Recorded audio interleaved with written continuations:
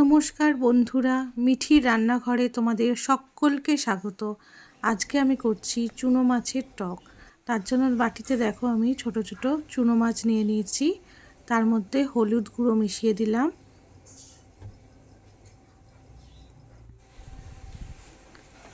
দেখো।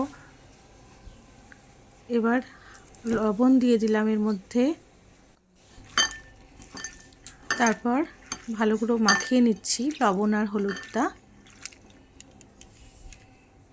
এবার দেখো গ্যাসে কড়া বসিয়ে দিয়েছি, কড়া গরম হয়ে গেছে। এবার আমি সর্ষের তেলের মধ্যে অ্যাড করে দিয়েছি। দেখো সর্ষের তেলটা আমার গরম হয়ে গেছে। এবার আমি চুনো মাছগুলো দিয়ে এবার ভেজে নিচ্ছি।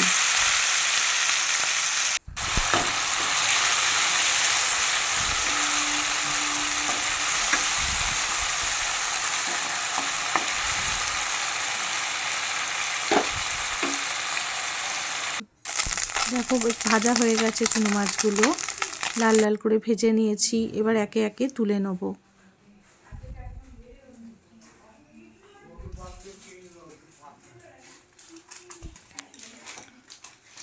দেখো এবার মাছগুলো তুলে নিয়েছি আমি।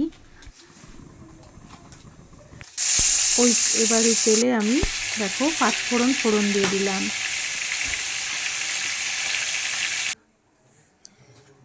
শুকনো লঙ্কা ভেঙে দিয়ে দিলাম।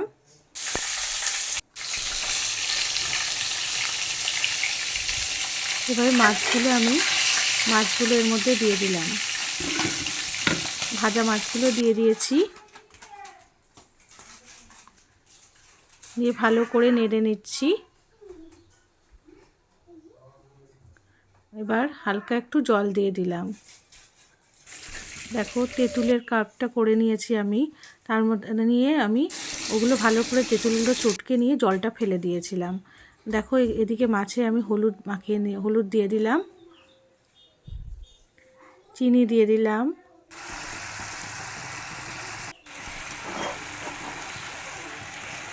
দেখো এবার তেঁতুলের জলটা এর মধ্যে দিয়ে দিলাম। বীজগুলো আগেই ফেলে দিয়েছিলাম তেঁতুলের থেকে টক থেকে। দেখো এবার ভালো করে নেড়ে নিচ্ছি। চাপা দিয়ে রেখেছিলাম, নেড়ে নিয়ে তারপর চাপাটা খুলে দেখো জলটা শুকিয়ে এসছে। জলটা একটু টেনে এলেই দেখো এবার আমি এটা সার্ভ করে দিয়েছি। রান্নাটা দারুণই খুব ভালো খেতে হয়।